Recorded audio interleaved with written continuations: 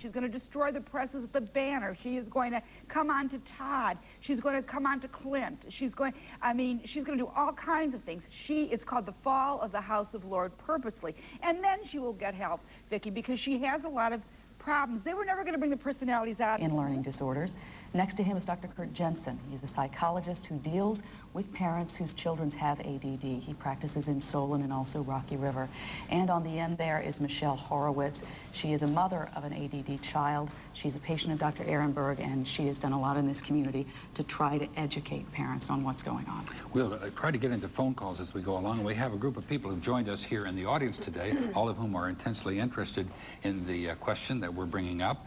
And let us turn to Michelle first. Let me ask you the first question, Michelle. What was it about your child that caused you to seek help in the first place? I think there was a lot of questioning in terms of our parenting ability by people that we lived around. There were always difficulties in the school. He was extremely active, overactive, hyperactive. He did a lot of different things than my other two children did. He was a lot different to deal with, more difficult to deal with. Had problems in school from nursery school age. And we began hearing about some of the identification factors that are involved with attention deficit disorder, and started learning more about them, and began our quest for knowledge, for self-knowledge about it. At what age did this all start occurring when you said, let's go check this out? I didn't say let's go check this out until really about first grade or kindergarten, because when he began school is when we could deal with a lot, and it was turning our family upside down, but we were managing and figuring that this was just a boy. I had two girls before this. We did get a lot of strange looks from people a lot of times and a lot of comments, but we were dealing with that. But when he started school and was unable really to function in school effectively, it affected his education, and that's when we really began looking outside. Well, who you consulted then, Dr. Gerald Ehrenberg, and let's get to it of what exactly is ADD. Attention deficit disorder is a neurological disorder of development. Children develop at different rates in different skill areas. They learn to walk at different ages, learn to use their hands and bodies in different rates, learn words at different rates. They also learn various behavioral skills at different rates as well. And one of the things that differentiates an older child from a younger child is things like how well they are able to control their behavior, how well they're able to control their activity level, how well they're able to pay attention, how well they're able to concentrate, how well they can filter out distractions that are going on around them. What age can you then diagnose this? Can you tell if a toddler has this, or is it once they get into school age? You can begin to suspect it in the preschool age. And as a matter of fact, the story we heard from Mrs. Horowitz is a very typical one, where the family already had suspicions that this one of their children was somehow different than the others in how he was acting and behaving. But they were coping, they were managing. It was when the child then entered into outside of home activities, an organized activity like school, that others began saying, you know, this is a child who has problems. You're a physician and a pediatric neurologist. Is there, in your view, a way that you can diagnose it right on and say specifically that this is what this is? I mean, are there markers? That's part of the dilemma and the controversy, and the answer is no. There are no markers of a totally objective nature. If you brought your child to me and said, you know, doctor, I think my child is anemic, has a low blood count, we could discuss it, we could look at your child, but in fact we could then send your child for a simple blood test. The answer would be black on white. We could be very concrete about it.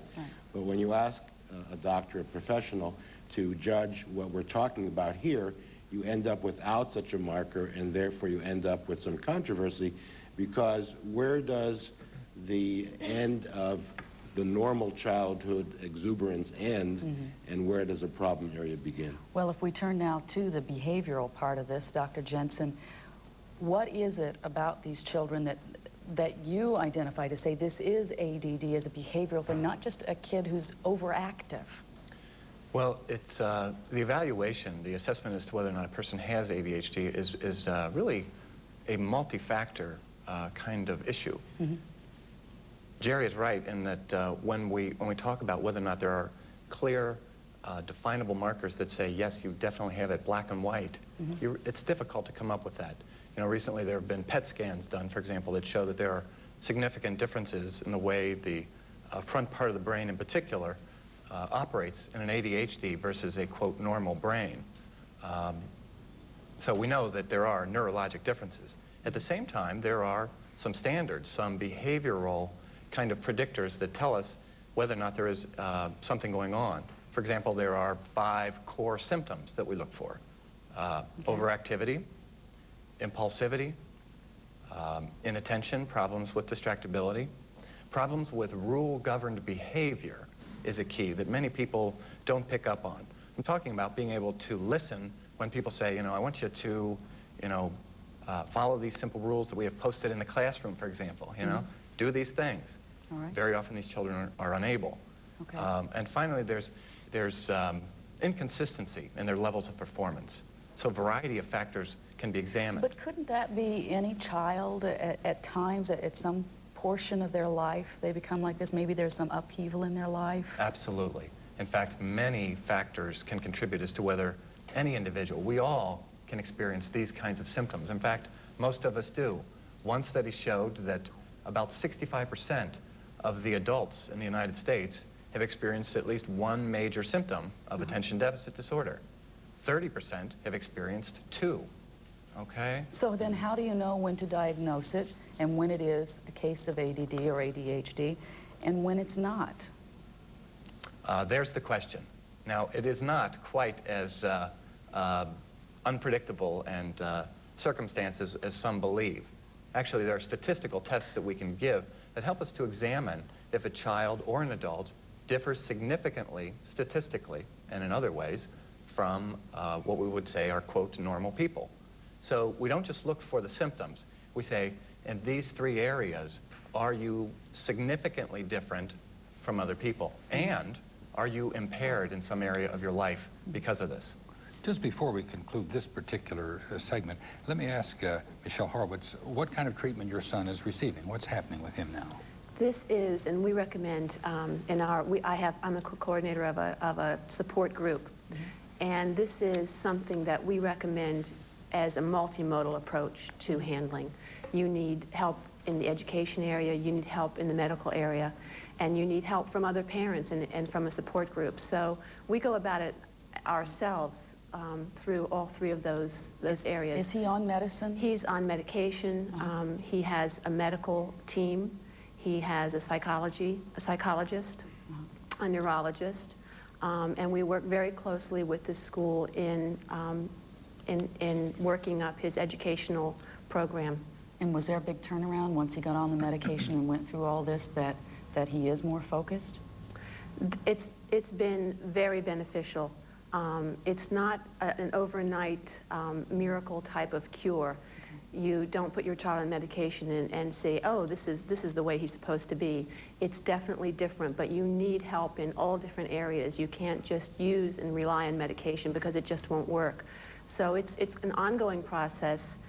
Things constantly change, the medication changes, but you have to keep involved with the school and the educational process and also with the medical part of it. We'll take a quick break. When we come back, we'll continue our discussion with a different kind of point of view right after this.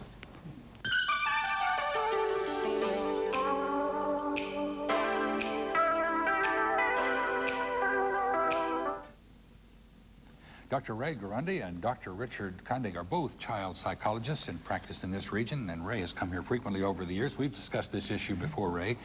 Do you take exception to anything that was said before by the psychologist and the physician who were up here? No. I think they gave a very well-balanced portrayal of the basics of the disorder. Here's where I have the problem. What is happening is that the disorder has become so high profile that everybody is seeing it quite often under every rock. Small example. 6th grade teacher came up to me the other day. She says, I have 19 kids in my class. I said, how many of them are on medication? She said, 8. Talked to a teacher the other day. Boy was referred to me for ADHD. Teacher said, I have 25% of the children in my class on medication. I said, I was shocked. I said, oh, that's an incredibly high number. He said, that's one of the lower numbers I've had. One of the problems... And this is in a basic public school? One's private school, one was public. Okay. I've had children as young as 2 years old referred to me on medication. Now, I thought they couldn't really diagnose this until at the low end, Very, 3. very difficult. The younger the child, the more difficult it is because you have problems with maturational factors. Okay. What is frightening me, one thing that has to be said very clearly, the symptomatology of ADHD, the majority, maybe the vast majority of children who exhibit those symptoms are not ADHD. There are other factors that would explain it. Best research estimates are 3 to 5% of the population is ADHD. Most researchers will agree with that. The problem is coming in is every time somebody sees 2 or 3 or 4 of these symptoms, immediately the ADHD flag goes up, and unfortunately, not everybody is well balanced as your guests. Well, now what's happening here then? Are doctors saying that they have it to appease the parents? There is a real problem with parents bringing a child into a physician's office, describing certain symptoms that resemble ADHD or could be ADHD, but they're not extreme enough to really be ADHD. And then after 15, 20 minutes, the physician says, well, yeah, you know, those are the symptoms of X, Y, and Z. Let's do a trial on medication. I mean, that happens a lot. Ridodran, is that the drug that's It's one of them. There are a number, and they're what does moving it away do from to stimulant them? medications But what now. does it do to them? If a child is on this medicine, why does it calm them down? Okay, another quick misunderstanding. The old theory used to be that if a child is in fact neurologically impaired, the medication will slow them down, improve their attention span, make them function better in structured settings. Most research now says that's not true. There's a paradoxical effect, meaning it does the same thing to even normal children. Okay, so I'll defer to Richard on some of these stats. And also, you might want to describe, Richard, the difference between ADD and ADHD. You know, we've already said it here, but give me your perspective, because I know you're specifically concerned about ADHD kids. The research at this point is now showing that there are actually 2 very different disorders. ADHD is now being looked at as an output disorder, as a disorder of observable behavior, as a disorder of too much action being emitted into the environment based on the given circumstance. ADD, attention deficit disorder, is now being looked at on the other end of the spectrum as being an input disorder, as being a true attention disorder. There isn't a scientist now who really is worth the paper that their degree is printed on that believes that attention deficit hyperactivity disorder is an attention disorder, has anything to do with the concept of paying attention. That is now being looked at as the ADD side.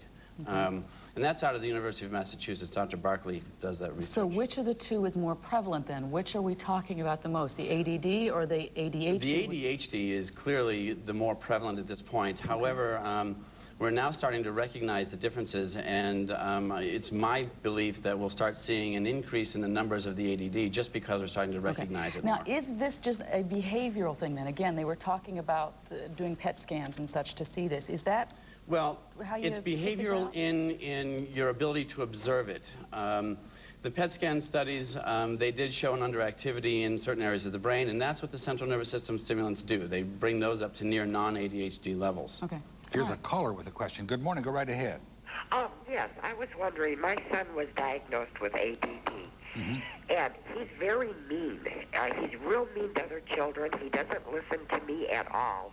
And I just wondered if this is more of a problem than that. Okay. Temperament is certainly something that you have to deal with the ADD kids, but the onset of oppositional defiant problems is one that is really looked at as more of a familial thing, where you need to actually do some parent training, and you need to figure out what it is that's increasing the oppositional problems that you're having at that time. A common misconception is that if a child is legitimately diagnosed ADHD, that somehow we have to back off in our structure and expectations, when in fact the research says just the opposite. As parents, as educators, we have to be even more effective in dealing with this child. Well, we have a parent in the audience right now who has a question for us. Yes, my son was diagnosed with ADHD approximately 6 years ago in 1st grade. And little did I know that he should not have been placed in a SBH class. That is a severe behavioral class. And he was in there 5 years, which caused him more frustration and more, you know, lowered his self-esteem. And just until I got into a support group recently, found out that he should have never been placed in that class. I'm just wondering, you know, what can a parent do?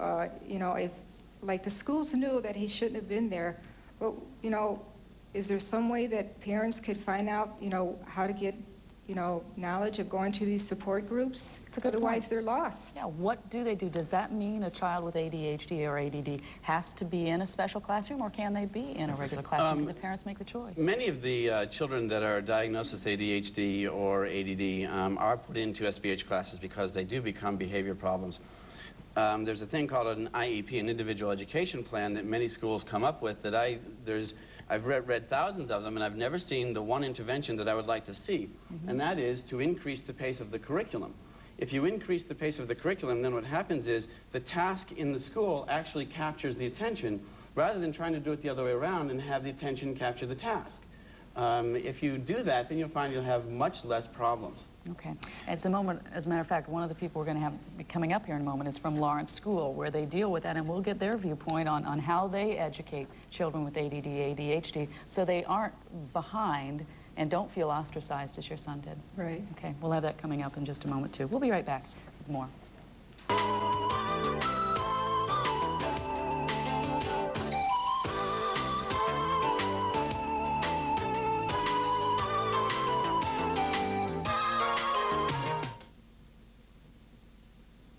Let's get a parent's slant on this, and also let's get an educator's slant on this morning.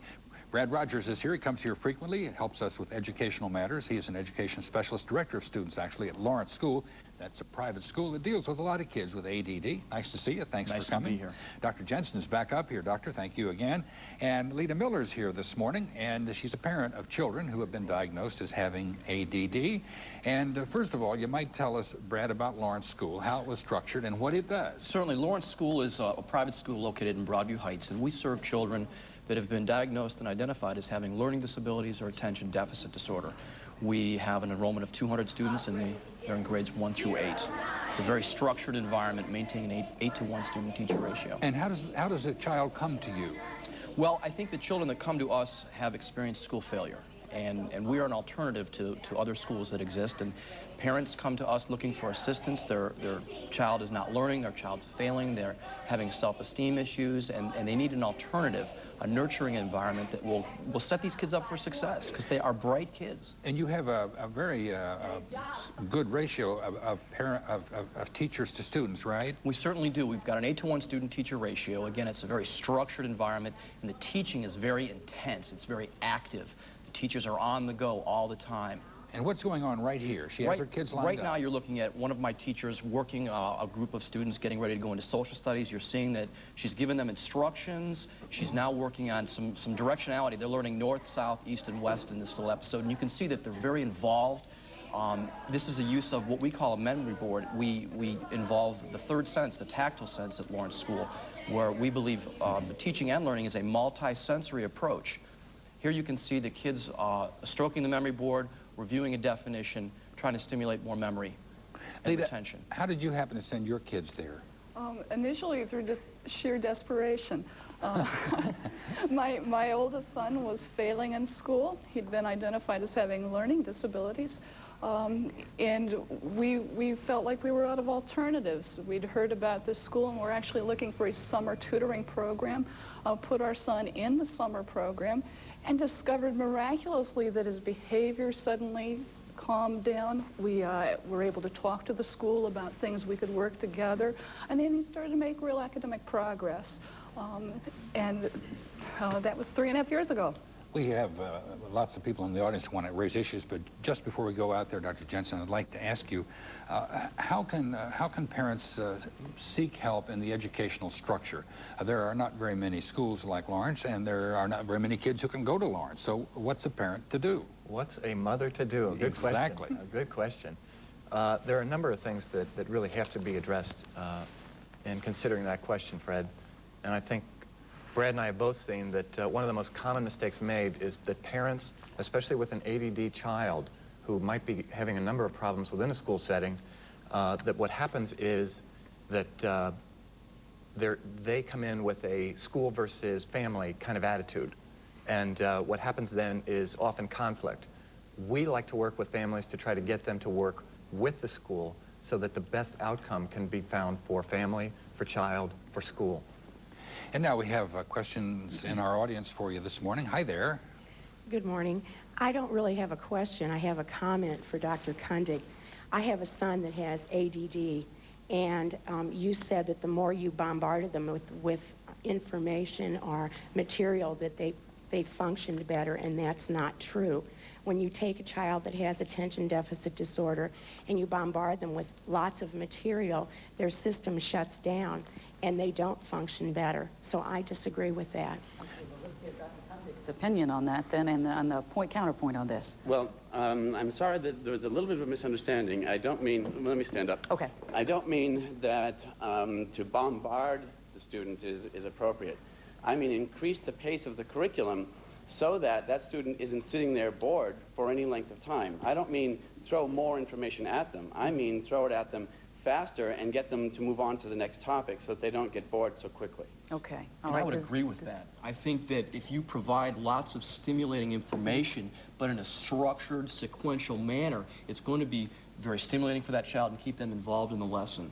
Okay. And I think Ray has a comment he'd like to add down here. Ray Grundy. This is cutting-edge research stuff, but there's more and more stuff coming out that is even questioning whether ADHD is an attention problem. They're starting to say it's a difficulty in sticking with a task over a period of time, and that's a much different thing. But unfortunately, most clinicians are still acting as though it's an attentional problem. What do you think of that? And I think stick-to-itiveness is very important, and that's something that we preach to our students as we teach them self-advocacy and sticking to a task. I would agree also with your comment. Okay. And let's go over here. Hi there. Hi, my name is Beth Gillespie, and I wanted to know, is this hereditary in any way? Because I know I had problems at school, and my daughter was having problems at school, and the teachers didn't recognize it, and I was the one who took her to Dr. Rothner, and we had to fill out a lot of forms, and a lot of time the teachers had to fill out a lot of forms, but once we got her on her medicine, the teacher says, oh my gosh, she's doing so much better. Mm-hmm. So is it hereditary in any way? A very good question. Let me just share a few numbers with you. First, 80% of the children who suffer from this disorder have been bestowed this disorder from one parent or another. So genetically, it is generally passed along. 20% of the time, brain injury, encephalitis or brain infection or some other problem has arisen. The adults, how many parents have attention deficit disorder? Well, the numbers show that about 27% of the fathers of ADHD children have the disorder, and that about 22% of the mothers have the disorder. So you can see that this is sometimes a family matter. Except, Dr. Jensen, the problem is we weren't diagnosed, right? We didn't know about it at those times, whether it was not the fashionable thing or we just weren't diagnosed. So how would a parent know if they had it? Look for the key symptoms, Connie. But would you still have it? I mean, is it something that goes away? Absolutely. Not absolutely. Let me restate that. About 50 to 55% of the people who had it as children will have it as adults. So that is a very large group of people who are generally undiagnosed. But then how do you treat your children and not yourself? Very often, in my practice, we have to assess and treat the parent first, so that that person is then better able to carry out the really very trying task of raising an ADHD child. Okay. So. Here's a caller on the phone with a question. Good morning to you. Good morning. I was wondering, I have two children that have been diagnosed with ADHD, both boys, one to be soon 16 and one to be soon 11.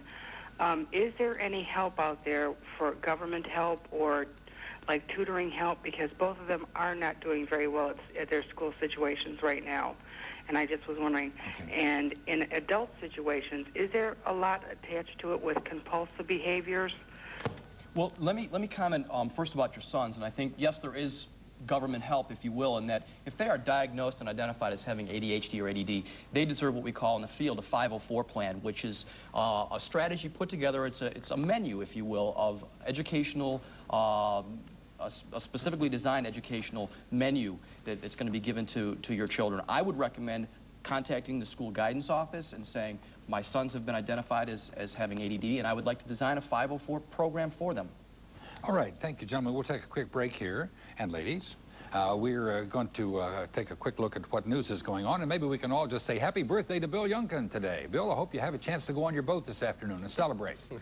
It certainly would be nice, Fred, I will tell you that.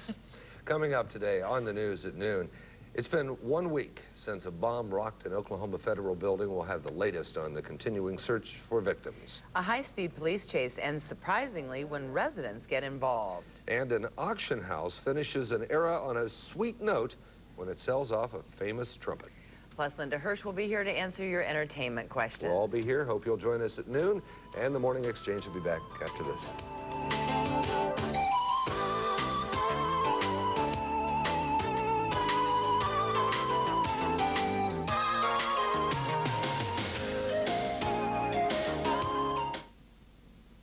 In case you're just joining us, we are continuing our conversation of ADD, ADHD, what it does to the families, what it does to the children themselves and the parents. Is it overdiagnosed or does it go undiagnosed at times? We have 3 more experts with us that we'd like you to meet now. First, there is Dr. Siegfried Othmer. He is joining us today from California. He is a scientist who has come in to tell us about EEG Spectrum, which is a company that deals with professional training. Also, Glenn Larson, who is a counselor. He's with the Counseling Education and Training Center, who uses the special EEG that we'll see in just a moment. And Rosemary Herron. Rosemary is a mother of a child who has ADD, who wrote us a very poignant letter talking to us about what she has gone through, her experiences with her son. I believe we have a picture of him. What's his name, Rosemary? Ryan. Ryan, and how old is Ryan now? He's 11 now. And what were your experiences with Ryan? Well, he was just very active as a baby, hard to control. I think the first thing I noticed that was wrong with him was that his tantrums increased instead of decreasing when he got older. Okay. Now, Rosemary, as you got into this then, you found the EEG, and is that correct? Your son has been using this EEG biofeedback. And Dr. Othmer here, can you tell us about what this is? And we have some pictures to show. Okay, EEG biofeedback is a way of addressing the underlying physiology that is involved in these dysregulated behaviors, whether they be attention problems, behavioral disinhibitions like impulsivity, or even temper tantrums that we see in oppositional defiant disorder, or even tics like we see in Tourette's syndrome. I think we have some pictures of this. Let's go to that if we might. Okay, what is this? What are you seeing here? Well, actually, this particular chart, we're showing the results of a test called the TOVA test, in which we tease some of these behavioral constituents apart. The first bar there shows inattention, and it shows the first chart shows the child being essentially off the scale on this inattention measure. And this is a computerized measure, and you see the second bar shows it being brought in control. After 20 sessions of this brainwave biofeedback training. The next set of bars shows impulsivity. Again, it's a computerized measure, so that it's without human hands. And it shows the behavior being brought into control. And the final bar shows variability, how variable the child is. And we all know how variable this behavior is from one day to the next and so forth. So that measures the variability in his physiological response, and again, it shows it normalized in 20 sessions. I know Michael McKee at the Cleveland Clinic has done a lot with biofeedback, and as I understand it, it is learning how to control volitionally things that typically have not been controllable. Is that correct? You're learning to control yourself in an altogether different kind of way. Right. And so we're simply giving the brain information. Here it's shown here. Okay. This shows the EEG at the top. The raw EEG signal derived from one spot on the brain. The scales below that show the low-frequency activity, which is excessive quite frequently in these children. The bar that's being pointed to now is the training band, is the band that we try to get the child to train. And then the lowest is the high frequency, which we associate with anxiety disorders, sometimes drug use, sugar sensitivities, and alcohol sensitivities, and so forth. And Ben Martin, you're here today to talk a little bit about how you use that in treating kids, right? And in fact, you know Rosemary's son. Right. How do you know what to do? I mean, it seems so mysterious. There's a program, training program to go through before you can do the biofeedback. And Dr. Othmer, they have the training that goes over for about a week-long training. And then from that, I've also attended workshops all across the country. I've attended, and the EEG biofeedback training is now being offered lots of different places, including the National Biofeedback Conference I just went to, I went to, and they were offering EEG biofeedback. At what point can you offer this to a child, and what will it do for them? At what age you're asking? Yes. Generally, I work from 4 on up. You do the youngsters, Yes. that young? I'm working with a couple children right now who is 4 years old. Okay, and at what point will you see any results? Usually we're looking for a change within the first 10 sessions. We're trying to, and within the 20 sessions, often you see dramatic changes within 20 sessions. Rosemary, what changes did you see in your son? About the 4th session, we were out to dinner, and his sister pushed his chair in, and he said, "Thank you, Megan, sincerely." Prior to that, what would it have been, Rosemary? It would have been, you don't want to know. Expletives, eh? Yes. Okay. And then by Thanksgiving, he sat through the whole dinner. In the middle of December, his Ritalin was cut in half. So you're very grateful for this? Oh, yes. Is it complicated to figure out how to focus the EEG biofeedback, spectrum feedback, Dr. Othmer? It is, and it takes all the professional judgment that a professional brings to bear out of all his professional experience with these conditions. So there needs to be then a careful choice of protocols, but it's also a kind of a self-correcting technique in the sense that if the child is not responding in the manner that you want, then we change protocols until we get the right result. Okay. We have a question here in the audience, a parent who would like to ask a question. Hi, my name's Pam. I'm from Akron, the Copley-Fairlawn School District, and I want to say that I feel my school district is doing a lot to help me with my ADD high school student and my ADHD 4th grader. I recently approached the high school guidance counselor about getting an individual education program established for my son. And I was told then that ADD, ADHD is not enough criteria to meet the qualifications to be involved in one of those programs. Excuse me. And the only child that they have in the school with ADD also has Tourette's. So the Tourette's allows him to be in an individual plan. I object to the fact that my children with this disorder are being judged and graded with children who don't have this disorder. So that is why I was looking for this approach. Okay. And Rosemary, did you experience any of that with your child in school? School has been very helpful, but he also had a visual disability, which qualified him for a tutor 30 minutes a day. So he would go from the tutor to the gifted class back to the regular class. All right. We're going to take a break here. When we come back, all of our experts here will take your calls, and we'll take questions from the audience here to see what your opinions and your thoughts are. Be right back.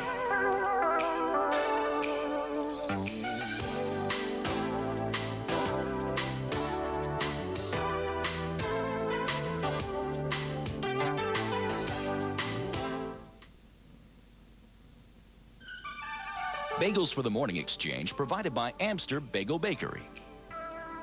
Plants for Morning Exchange and Live on 5 provided by Alexander's Florists.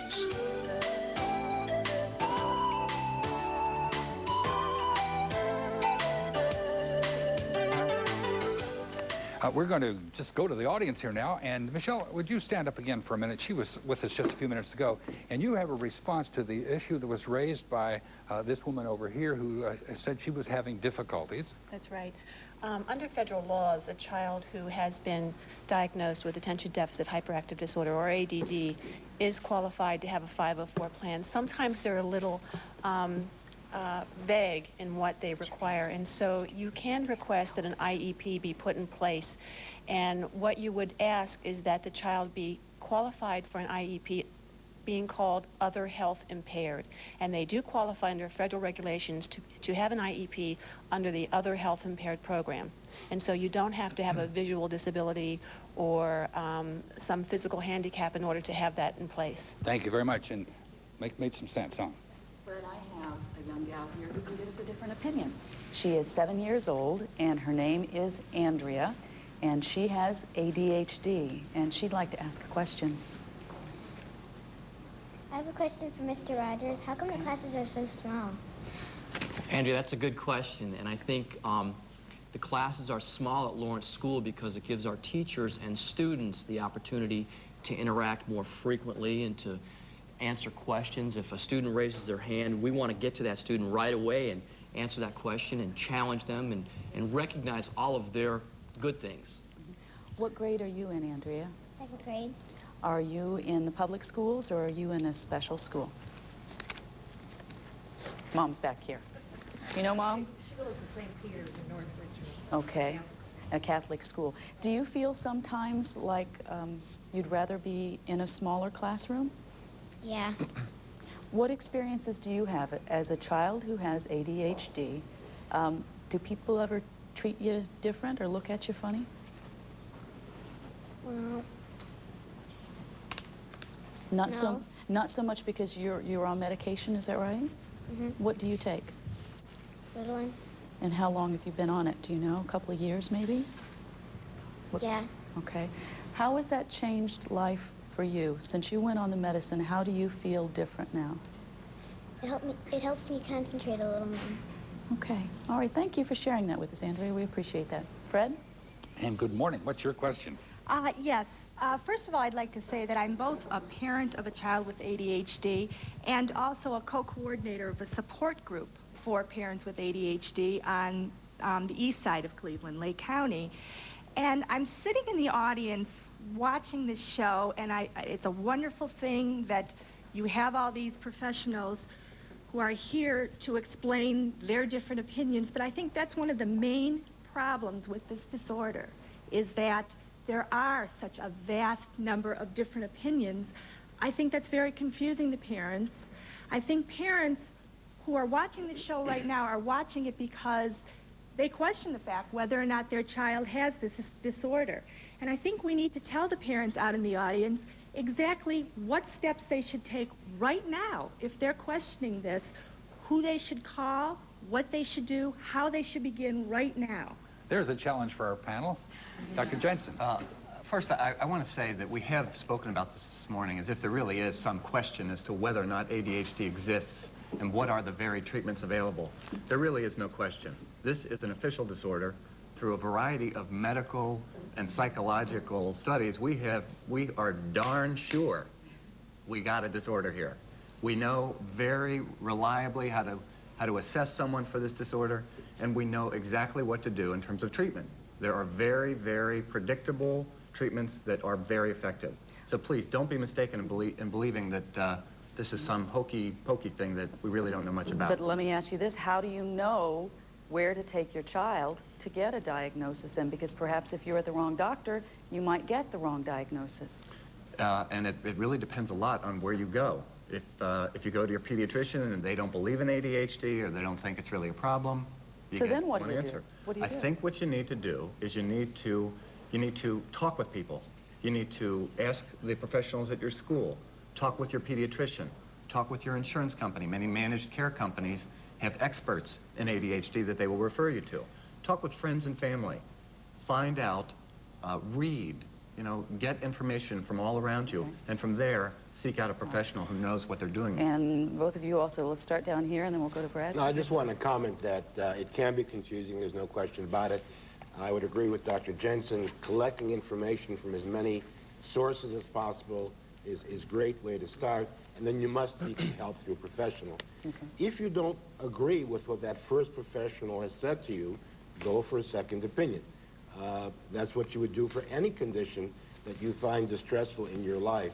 So I would agree with everything that has been said. I would agree that a physician should be involved, but if you're unsure about that person, try a second doctor. Okay, Brad? And my recommendation to a parent that's struggling with this or wrestling with this would be to contact Lawrence School and visit us as an alternative to get a feel for what this environment is like. Okay, let's take a question here from the audience. Hi, I don't doubt that the disorder exists. I'm learning that the differences between ADHD and ADD, though, are more than just whether hyperactivity is present or not, that there's a difference in what's functioning and not functioning in the brain. How does a parent's approach to a child that's showing characteristics from both groups differ from one that's clearly in one group or the other? Well, I think there are a variety of parenting interventions that need to be explored, but really, I think we as psychologists are probably in agreement that there are certain key behavioral interventions that work not just for ADD, ADHD, or normal children. Okay, the specifics are not that much different. We all use the same basic principles. We use focus on positives. We use ignore mild and unimportant misbehaviors, and use immediate consequences for more harsh behaviors. Okay. Dr. Blandick? I also think that it's very important for the parents to understand that once they get involved in the punishment and the anger, then you're going down a tube of failure. And that's why I completely agree. Focus on the positive. I wanted to make one more comment about ADD, ADHD, and that is to maintain a disability perspective. ADHD is a disability. And so when the nice lady before asked the question, I have a question that I ask teachers all the time, and that is if I have a sheet of math examples that has 25 math examples on it, my question is how many of these math examples does it take to show proficiency? I don't want quantity, I want quality. And it's very important to understand that I'm not going to have an ADHD child sit down for 45 minutes to do something that's very boring. Dr. Othmer wanted to speak on that as well. Yes, a couple of thoughts. First of all, the condition is really not homogeneous, and the likelihood that your child is going to fall cleanly into one category or another is very small. There's overlap with oppositional defiant disorder, conduct disorder, anxiety disorder, Tourette syndrome. A lot of these children are bedwetters. There's overlap with a variety of problems. The other thing to say is that whereas you're encouraged to seek out a variety of experts, there is fundamentally no choice for the parent but to become an expert on the child itself. And that is a burden that is inescapable. Let me just give the other side of the focus on disability. Our own child was severely epileptic, and for him it was a relief to find out finally that it's not me, it's my brain. But in other ways, there's a real downside to this focus on disability. And for us, in focusing on EEG biofeedback, the issue is not so much are you or aren't you, what we call the digital yield, because we're not making a medication decision like is he going to be medicated or not. It's a question, can we take this child and make him function better? You're on a continuum, and we can take the focus entirely away from disability because these kids have a lot of strength, their brains are capable of learning, and we can encourage that in a variety of ways. So there's a downside to the focus on disability. Quick break, and we'll be right back to conclude our discussion.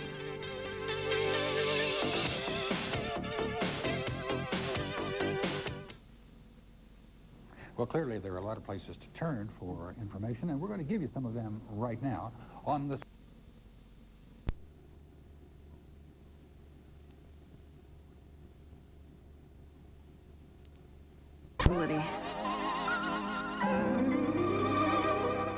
Until now, introducing the all-new Jimmy. Lower step-in height, same ground clearance. See the all-new Jimmy at your 5-star